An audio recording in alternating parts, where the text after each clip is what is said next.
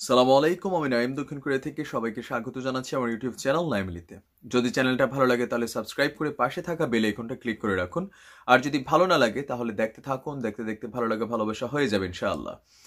Corona এই মুহূর্তে প্রত্যেকটা টেলিভিশন, সংবাদপত্র সব জায়গায় এই একই খবর করোনা নিয়ে। আর আপনারাও প্রতিনিয়ত আপডেটগুলো জানতে চান যে করোনাতে আসলে বাংলাদেশের ভেতরে কি হচ্ছে, আর আসলে বাংলাদেশে এই মুহূর্তে কতজন আক্রান্ত, বা বেশ কয়েকটা ইউটিউব চ্যানেল সহ ফেসবুকের নানান পেজে করোনায় আক্রান্তদের নানান তথ্য বা সংখ্যা প্রকাশ করা হয়েছে। আবার কিছু কিছু সংবাদ সংস্থা বা অনলাইন পোর্টালগুলা যে আগামী 2-1 মাসের মধ্যে আপনার দাবি করেছে যে মে মাসের 28 তারিখের মধ্যে এই দেশে করোনা আক্রান্তদের সংখ্যা 5 লক্ষের অধিক ছাড়িয়ে যাবে। তো এই বিষয়গুলো আসলে এখন পর্যন্ত ভাসমান এবং তথ্য নির্ভর কোনো খবর নয়, এগুলো হচ্ছে ফ্লোটিং নিউজ। তো বোঝাই যায় যে এগুলোর অরিজিনালি কোনো ভ্যালু নেই। আর এর মধ্যে আবার একটা চক্র আছে যারা এন্টি গভর্নমেন্ট, যারা আসলে নানান ধরনের গুজব ছড়ায়। আপনারা দেখছেন, আমি এগুলো সবকিছু ভেঙে বলার দরকার নেই। তো বাংলাদেশ সম্পর্কে করোনাতে আসলে কতজন এই মুহূর্তে আক্রান্ত আছে, এখন এই সংখ্যাটা আমরা এখন পর্যন্ত ফিক্সড হতে পারিনি। একটাই কারণ করোনায় আক্রান্তদের জন্য যে ডিপার্টমেন্টটা সবচেয়ে বেশি কাজ করার কথা, যাদের প্রচারণায় বা যাদের মুখপাত্র যারা আছেন, তারা সংবাদপত্র আর টেলিভিশনকে সাক্ষাতের বাইরে তাদের অ্যাক্টিভিটিসের জায়গাটা সম্পর্কে সাধারণ জনগণ আঙুল তুলে প্রশ্ন করছেন। তাদের দাবি অনুযায়ী এই মুহূর্তে করোনাতে 7 জন অলরেডি সুস্থ হয়ে গেছে, আর বাকিরা কয়েকজন আইসোলেশনে আছে, আর বেশিরভাগ যারা আছে হোম কোয়ারেন্টাইন সিস্টেমে আছে, মানে গৃহবন্দী অবস্থায়। তো ক্যাপশনে আপনি যে লেখাটা দেখেছেন, আলহামদুলিল্লাহ, এটা আসলে বাংলাদেশের খবর না, এটা হচ্ছে যে ব্রিটেনের খবর।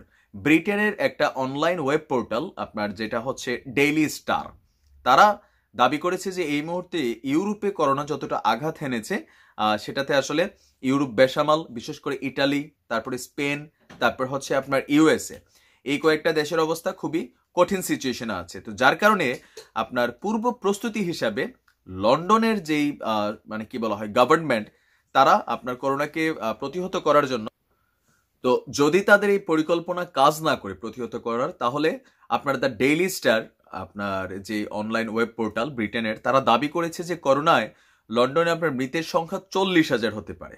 আর এই 40,000 মানুষ আচমকার মৃত্যু হতে পারে, ইতালির মতন প্রতিদিন 1000 খানিক মৃত্যু হতে পারে।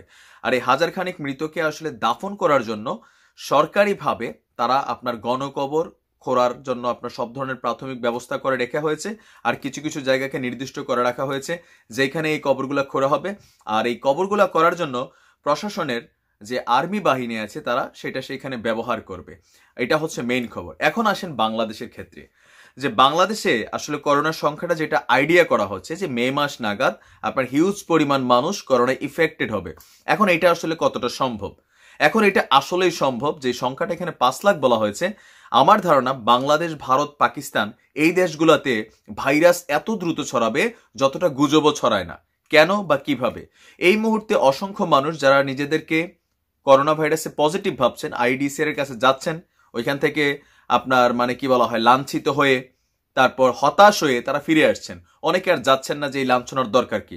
এখন এই ব্যক্তি ধরেন আপনার আইডিসিআর গেছে, বা কুর্মিটোলা হসপিটালে গিয়েছে, বা কুয়েত মৈত্রী যেই হসপিটাল আছে সেইখানে গেছে। এখান থেকে আসার পথে সে হয়তো রাস্তায় দাঁড়িয়ে কোনো একটা জায়গায় 1 গ্লাস পানি খাইলো, অথবা আপনার দেখা গেছে 1 কাপ চা খাইলো। এখন আমাদের বাংলাদেশে হয় কি, চা দোকানগুলোতে আপনি গেলে দেখেন ভাই, ওই একটা কাপ আছে না, এরকম বালতির ভিতরে রেখেতে সুবা দিয়ে আবার এটার ভিতরে দিয়ে দেয় না। আর প্লেটটি কোনো এত মশা দেয় না। হোটেলের মেসিয়ার যেটি আছে, গলাতে একটা গামছা থাকে, কুদুর মুচ্ছালায়। তো এইভাবেই কিন্তু সার্ভ করা হয়। এখন নর্মালি করোনার ক্ষেত্রে আমরা যেটা আপনার হেলদি বা হাইজেনিক সিস্টেম হচ্ছে, আপনি হ্যান্ড ভালো করে ওয়াশ করবেন আর গ্লাভস ইউজ করবেন। এখন যারা মেসিয়ার আছে তারা আসলে কতটুকু গ্লাভস ইউজ করে?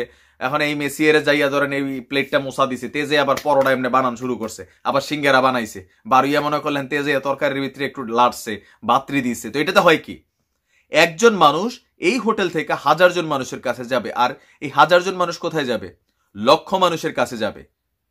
যদি এটা ব্রেক আউট করে সরকারের, আপনি দেখেন ইউরোপের দিকে আমাদের সরকারগুলো এমনিতেই যতই বলুক বাংলাদেশ সিঙ্গাপুর হয়ে গেছে, আপনার ইউরোপের সাথে আমরা কম্পেয়ারিজম করতে পারি, বা প্র্যাকটিক্যাল যেটা হচ্ছে ভেতরকার খবর, আমরা জানি যে আমাদের যে করোনা কি বলা হয় ডিটেকশনের জন্য যে ডিপার্টমেন্ট আইইডিসিআর, তারা সারা বাংলাদেশে কাজ করে যাচ্ছে, কিন্তু কি কাজ করছে সেটার কোনো মানে আউটলুকিং প্রচারণা ছাড়া জনতার রিয়াকশন যেটা, বেশ কয়েকটা ভিডিও আমরা আমাদের চ্যানেলে দিয়েছি, সেখান থেকে কি বোঝা যায় যে আসলে ডিপার্টমেন্টগুলোর ভেতরকার যে অবস্থাটা সেটা হচ্ছে সরকারিতে সরকারি আমাদের দেশে আছে। মানে সরকারি জিনিস মনে করলেন বইরা রয়েছে সরকারি মাল, হ্যাঁ, তো এরকম সরকারি মালের মতন আপনি গেলে দেখবেন পর্দা 7 লাখ দিয়ে কিনবো, ঠিক আছে, কলা গাছ 80 লাখ দিয়ে কিনবো, ঠিক আছে, কিন্তু জনতা যখন সার্ভিসিং এর জন্য যায়, সেখানে সার্ভিসের জন্য যায়, সেটা পর্যাপ্ত পায় না। আর বাঙালি আবার খুব অভিমান করে বৃষ্টিশো খাইয়ালায়। তো অনেকে আছে এরকম অভিমান কইরা ওই হসপিটালে না যাইয়া আপনার দেখা গেছে তার মাধ্যমে হাজার হাজার মানুষ ছড়িয়ে যাবে। এখন এটা আসলে প্রতিহত করার উপায়টা কি? আমরা সাধারণ মানুষকে আসলে কিভাবে প্রতিহত করতে পারি? তো প্রতিহত করা তো এটা এই মুহূর্তে ডাইরেক্ট সম্ভব না। যারা ইয়াং আছেন, হেলদি আছেন, তারপর হচ্ছে এনার্জেটিক আছেন, করোনা ভাইরাসের সারা বিশ্বে যে মৃতের সংখ্যা, সেইখানে অ্যাভারেজে যে হিসাবটা, যে শিশু বাচ্চা আপনার ততটা মারা না গেলেও, আমাদের মতন ইয়াং জেনারেশন ততটা মারা না গেলেও, বিশেষ করে বয়োবৃদ্ধ 50+, 60+ বয়স যাদের আছে তাদের হয়ে যায়। আবার করোনার ব্যাপারে দেখেন বাংলাদেশে আমরা যারা আমজনতা আসি না, আমরা করি কি, আপনার দেখা গেছে মাস্ক পরতে চান। ওই দিন দেখলাম আমেরিকার এক লোক, তিনি হাজার যুক্তিতর্ক দেখাচ্ছেন, বলতেছেন আমি মরলে মইরা যাবো। আরে বাবা, আমনে মইরা যান না, সমস্যা নেই, আমেরিকা থাকছেন, টিয়া পয়সা আছে, ব্যাংকে বাড়ি টাড়ি আছে, কিন্তু আপনি যখন ঘুরেন, আপনি যদি পজিটিভ হন, হাজার মানুষকে আপনি আক্রান্ত করছেন, তাদের ফ্যামিলির দায়ভার, তাদের যদি কোনো ক্ষতি হয়, সেটা আসলে কে সাপোর্ট করবে? সো সরকারের জায়গা থেকে সরকারের যে কঠিন জায়গাটা সেটা হচ্ছে যে আমাদেরকে ঘরে বন্দি রাখা। আমরা ঘরে কিন্তু অলরেডি বন্দি আছি। পাশাপাশি সরকারের যেটা করা দরকার, যে করোনার জন্য যারা কাজ করে যাচ্ছেন, যে ডিপার্টমেন্টগুলা আপনার এটাকে ডিটেকশন করছেন, সেই ডিপার্টমেন্টগুলোকে স্ট্রংলি মনিটাইজ করা। এখন সেটা কি সরকার কতটুকু করতে সক্ষম হচ্ছেন? আমার মনে হয় যে হেলথ মিনিস্ট্রি, পাশাপাশি আরো কিছু সরকারি ডিপার্টমেন্ট, এগুলা একসাথে আমি আসলে 50 দিয়ে আবার আমরা যারা ভিতরে আছি, ধরেন আমাদের মন্ত্রীরা যখন বলে যে বাংলাদেশের কাছে আমেরিকা থেকে কিট চায়, যে করোনা টেস্টের কিট, এখন আমদার মাইনসে গেলে কয় নাই, কয় হইতো না, কয় হ্যাঁ, পরীক্ষার লেগে যান। এটা থেকে বোঝা যায় কি যে ভেতরকার অবস্থাটা ততটা আসলে চাকচিক্য, বাহিরে ভেতরে ততটা না। আবার পাশাপাশি দেখেন আমাদের জনগণের খাচ্ছত, আপনার কালকে ঢাকার কোন জায়গা জানি আপনার আকিজ গ্রুপ দেখলাম, তারা একটা বিশাল করোনার জন্য সাপোর্টিং প্রজেক্ট হিসেবে কাজ করতে চাচ্ছিল, একটা কোয়ারেন্টাইন সিস্টেম তারা ক্রিয়েট করতে চাচ্ছিল। আম জনতা এই এলাকার যাইয়া বাং সুর মাইরা বাই একদম সমান করে লাইছে। আমরা যখন বলি যে প্রাইভেট জায়গা থেকে, যে যখন প্রাইভেট সেক্টর গুলা তারা আগাই আসুক, এখন বাঙালি মনে করলেন আগাইতে এরম আগাইছে যে দেখা দুঃখ ছাড়া আসলে কিচ্ছু লাগে না। আবার অনেকে কবর দিতে দিচ্ছেন না, কয় যে না আমাদের এখানে কবর দেওয়া যাবে না, কেন? যে এখান থেকে ভাইরাস ছড়াবে।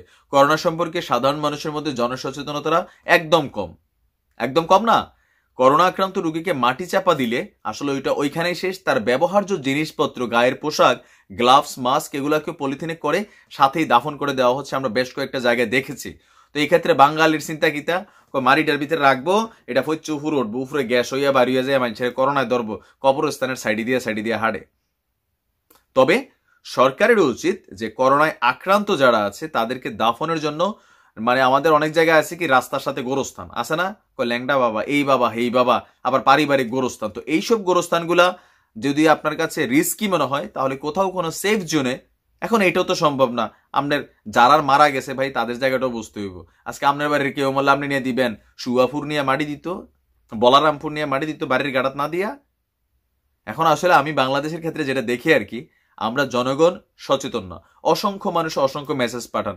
কালকে কে জানি মেসেজ পাঠাইছেন যে ভাই রাত্রে নাকি কি হবে, এই 3টার সময় কি ভাইরাস আসবে, আমরা এটা করব। হাজার গুজব ভাই। ফার্স্ট একটা জিনিস খেয়াল রাখেন, নিজে বাঁচলে বাপের নাম, নিজে সচেতন থাকুন। আমাদের নিজেদের সচেতন থাকতে হবে। আমরা দোকানপাটে গেলে গ্লাস ইউজ করলে সেই ক্ষেত্রে আসলে একটু সাবধানতা, প্রয়োজনে পকেটে করে একটা লইয়া গ্লাস আনেন, কারণ আপনি তো একজন না। একটা দোকানের গ্লাস হাজার মানুষ ইউজ করে। একটা গ্যাস লাইট ওই যে সুঙ্গা দিয়া টানাই রাখে, রশি দিয়া একজনে যে বিড়ি ধরায়, হাজার মানুষ এটা টাচ করে। এখন কতজন মানুষ গ্লাভস ইউজ করেন? করোনার জন্য সবচেয়ে বেশি হচ্ছে গ্লাভস আর মাস্ক। যাদের হাঁচি টাচি দেওয়ার সমস্যা আছে তারা মাস্ক ইউজ করে রাস্তায় বের হন। কিন্তু আমি জানি আমার এইসব বক্তব্যের কোনো লাভ নাই। বাঙালি আমরা যেমনে চলি এমনি, আমার কি করোনা হইবনি, আরেক খালাকে মশারি টাঙ্গাইয়া হতলে করোনায় ধরতো না।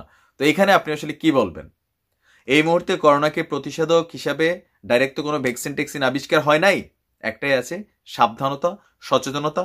আপনারা যারা সচেতন মানুষ আছেন, আপনার পরিবারকে, পরিবারের আশেপাশে যারা আছে তাদেরকে আপনি এই বিষয়ে সচেতন করুন।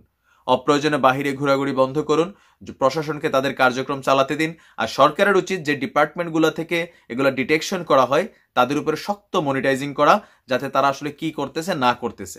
তো ভালো থাকুন, সুস্থ থাকুন, আল্লাহ সবাইকে হেফাজতে রাখুক। আসসালামু আলাইকুম।